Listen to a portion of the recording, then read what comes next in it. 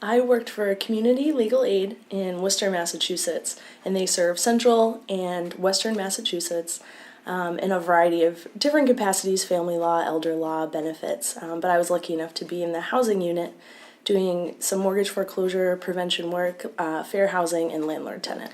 I think one client that really stuck out in my mind was a client who had been struggling with homelessness and some mental disorders, and had really in the last few years gotten help, gotten therapy, was in a group home, and was looking to be independent, and had applied to a housing authority and gotten denied because his application was incomplete. And I was able to sit down with him, complete his application, and go in with him to represent him during the hearing. And out of all the cases I did that summer, it wasn't the most time intensive, but I think it was important to me because I saw how important it was to my client that someone was there listening to him and someone was there being his advocate, which he hadn't ever had in the past. So just to be able to be there for him really impacted me a lot. Sure. I worked at the Innocence Project down in Tallahassee, Florida. The Innocence Project works with individuals who wish to prove their innocence through the use of DNA testing. The first was a convicted felon who actually is an exoneree now. He spent 24 years in jail for a crime he didn't commit, for rape, robbery, and kidnapping. And he told me a lot of stories about his time in jail. He told me a lot of stories about things that he was able to do now that he was released, about a daughter who he had never really had an opportunity to get to know, and who he now had to begin to have a relationship with. It moved me because I realized how much people's freedoms, how much their liberty was taken away from them by being wrongfully convicted. I also had the opportunity to do a lot of writing. I was able to write a post-DNA conviction motion, which was a fantastic experience.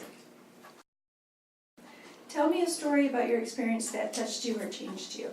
I actually had a compelling story when I worked in there over the 3 months.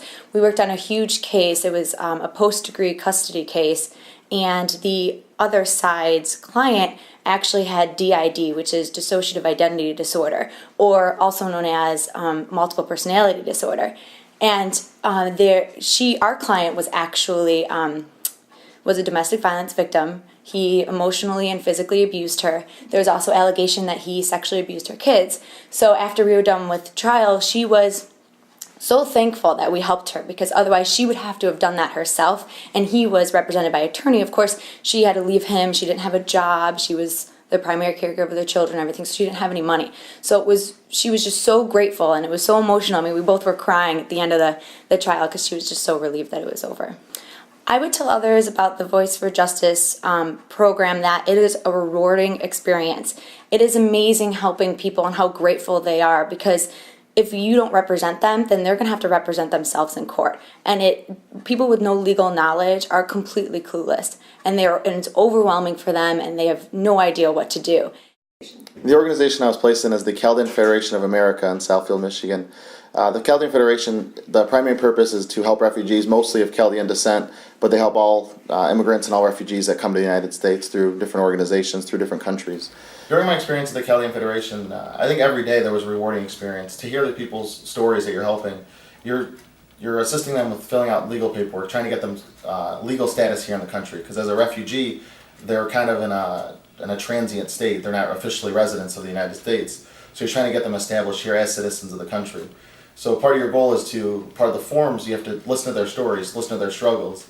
And so you hear horrendous stories about people being kidnapped, or friends or family members being murdered. And fortunately, we live in a country where we don't have to fear for that, but everyone that I assisted this past summer had to deal with those struggles this summer. One of the places that I served my fellowship at was Freedom House, which is a refugee shelter in southwest Detroit. They mostly take in individuals who are fleeing their countries after being persecuted for whatever reason, and so I mostly did asylum immigration law there. And I also served my fellowship at the International Institute of Metropolitan Detroit, where they mostly focused on family-based immigration. So anyone, I would encourage people to apply for them and to get involved in the community, mostly because it's probably one of the best ways to gain the most legal experience and at the same time giving back to the community.